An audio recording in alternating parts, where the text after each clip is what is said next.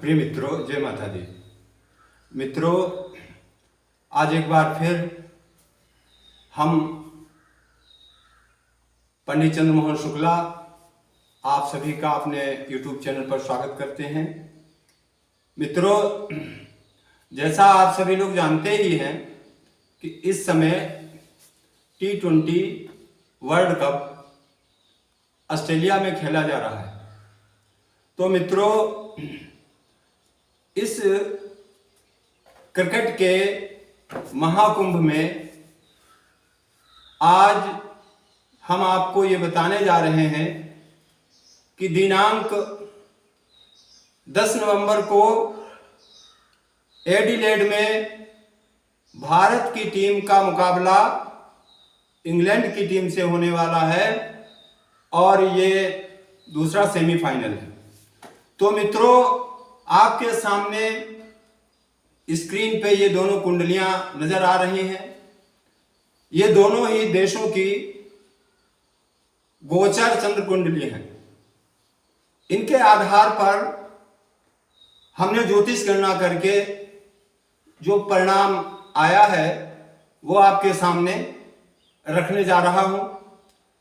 तो मित्रों, इससे पहले कि हम अपने विषय पर बात करें, हम एक बार फिर आप लोगों को याद दिलाना चाहेंगे कि आप हमारा चैनल सब्सक्राइब करें और लाइक करें तथा शेयर करें, जिससे कि हमारे द्वारा बनाए हुए वीडियो आप तक पहुंचते रहें। तो मित्रों, आओ अब चलते हैं विषय की ओर। आप लोगों के सामने ये दो कुंडलियां नजर आ रही हैं। ये पहली कुंडली जो है ये भारत की गोचर चंद्र कुंडली है। दूसरी कुंडली हमने इंग्लैंड की बना रखी है। आप लोगों के सामने दोनों ही कुंडलियां नजर आ रही हैं। अब हम बात करते हैं सबसे पहले लग्न की। भारत की कुंडली में लग्न का स्वामी गुरु है और इंग्लैंड की कुंडली में लग्न का स्वामी शुक्र बन रहा है। भारत का लग्नेश गुरु अपनी ही दूसरी राशि मीन पर सुख स्थान में चतुर्थ भाव में बैठा हुआ है, जबकि हम देखते हैं कि इंग्लैंड की कुंडली में लग्न का स्वामी शुक्र है और वो भी अपनी दूसरी राशि तुला पर बैठा हुआ है। लेकिन दोनों में अंतर है। गुरु जो है वो सुख भाव में है, वहीं शुक्र जो है वो खष्टम भाव में है। खष्टम भाव ज्योतिष में शत्रु रोग ऋण का होता है और अगर लग्नेश खष्टम में हो तो कहीं ना कहीं जातक को कमजोरी पैदा करता है। तो मित्रों, यहां पर इंग्लैंड की कुंडली में जो लग्नेश है वो खष्टम भाव में है। साथ ही आपको बता दें कि इस समय वो अस्त भी है। अस्त होने की वजह से वो और भी कमजोर हो रहा है। तो यहां पर लग्न की स्थिति भारत की मजबूत नजर आ रही है। यहां पर हम भारत को इंग्लैंड की अपेक्षा मजबूत मान रहे हैं। अब आगे बढ़ते हैं तो किसी कार्य में किसी जातक की क्षमता का देखना आवश्यक होता है। इसके लिए हम देखते हैं दोनों ही कुंडलियों में तृतीय भाव पराक्रम का होता है। कुंडली में इंग्लैंड की कुंडली में तृतीय भाव का स्वामी चंद्रमा है, जो कि लग्न में अपनी उच्च राशि वृक्ष पे बैठा हुआ है। तो यह स्थिति इंग्लैंड के लिए बहुत ही मजबूत है। और भारत की कुंडली में तृतीय भाव का स्वामी यानी पराक्रमेश जो है वो शनि है। शनि भी अपनी राशि मकर पर है और कुंभ की तरफ बढ़ भी रहा है। तो स्थिति ये भी कमजोर नहीं कही जा सकती है। लेकिन हम जहां पर दोनों की तुलना करते हैं तो इंग्लैंड की स्थिति भारत से 21 नजर आती है। तृतीय भाव से इंग्लैंड की स्थिति भारत से मजबूत नजर आती है। और अब हम आगे बढ़ते हैं चतुर्थ भाव।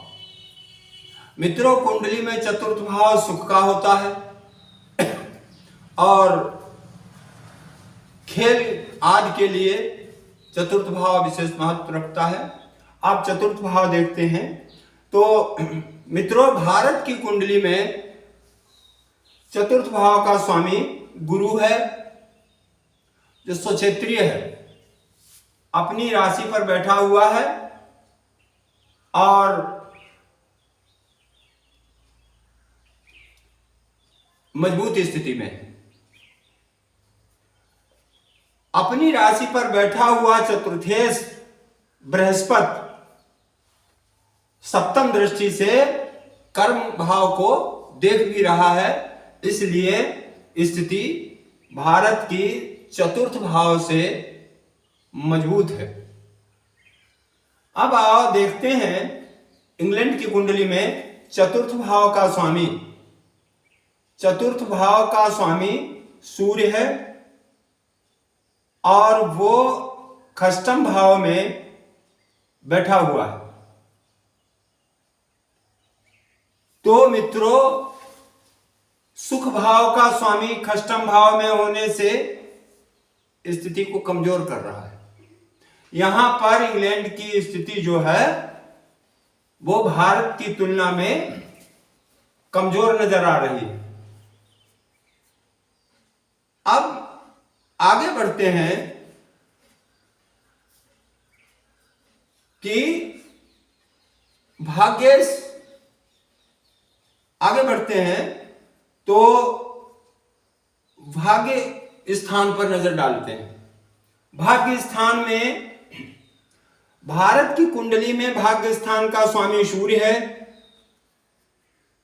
जो लाभ स्थान में एकादश भाव में बैठा हुआ है,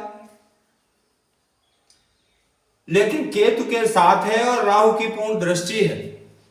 सूर्य अपनी नीच राशि पर है, तो जो लाभ मिलना चाहिए वो लाभ नहीं दिखाई दे रहा है। इधर इंग्लैंड की कुंडली में भाग्य भाव का स्वामी शनि स्वक्षेत्रीय है,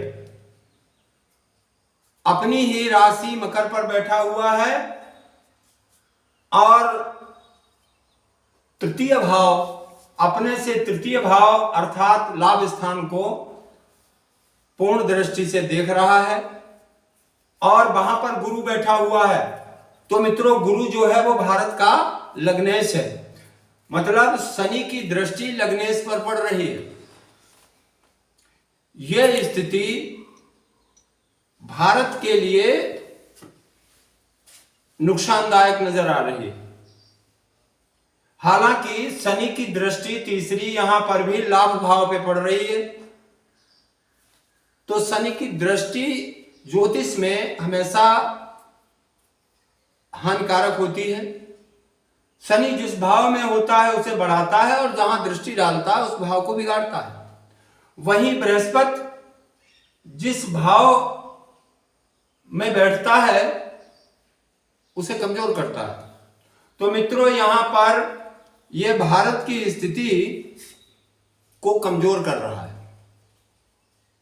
और अब आगे बढ़ते हैं तो एक बार दसम भाव पर भी हम नजर डालते हैं। दसम भाव कर्म का होता है और दसम भाव पर भी नजर डालते हैं। दसम भाव पर भी नजर डालते हुए कहते हैं कि भारत का दसम भाव का स्वामी बुध एकादश भाव में है और इंग्लैंड की कुंडली में दसम भाव का स्वामी भाग्य स्थान में है। तो मित्रों, यह था दोनों कुंडलियों का गोचर विश्लेषण। आप समझ ही गए होंगे कि मुकाबला बहुत कांटे का है, स्थिति स्पष्ट नहीं दिखाई दे रही है, लेकिन फिर भी कोई ना कोई निर्णय तो देना ही पड़ेगा। अब आगे कप्तान की राशि पर भी एक बार विचार करते हैं। भारत के कप्तान हैं रोहित शर्मा, जिनकी तुला राशि है, और जिस दिन मैच होगा उस दिन चंद्रमा वृष राशि पर होगा। तो मित्रों, चंद्रमा वृष राशि पे होगा तो रोहित के नाम से तुला राशि, तुला राशि और वृष राशि दोनों का स्वामी ग्रह शुक्र है।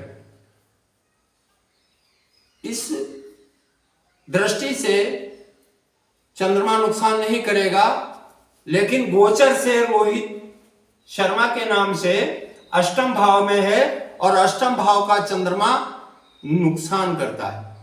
तो यहां पर रोहित शर्मा की स्थिति भी कोई मजबूत नहीं आ रही है, कमजोर स्थिति दर्शा रहा है। और उधर इंग्लैंड के कप्तान जो है जोश, उनकी राशि मकर बन रही है। मकर राशि से चंद्रमा जो है वो पंचम भाव में है।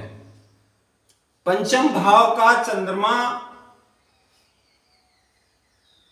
सप्तम भाव पे दृष्टि डाल रहा है, तो बहुत अच्छी स्थिति नहीं कही जा सकती है। लेकिन रोहित शर्मा के नाम से जोश की राशि का अगर हम मूल्यांकन करते हैं तो जोश की स्थिति यहां पर भी मजबूत आती है। तो मित्रों, दोनों कुंडलियों का विश्लेषण आपके सामने हुआ, ग्रहों की स्थिति हमने रखी।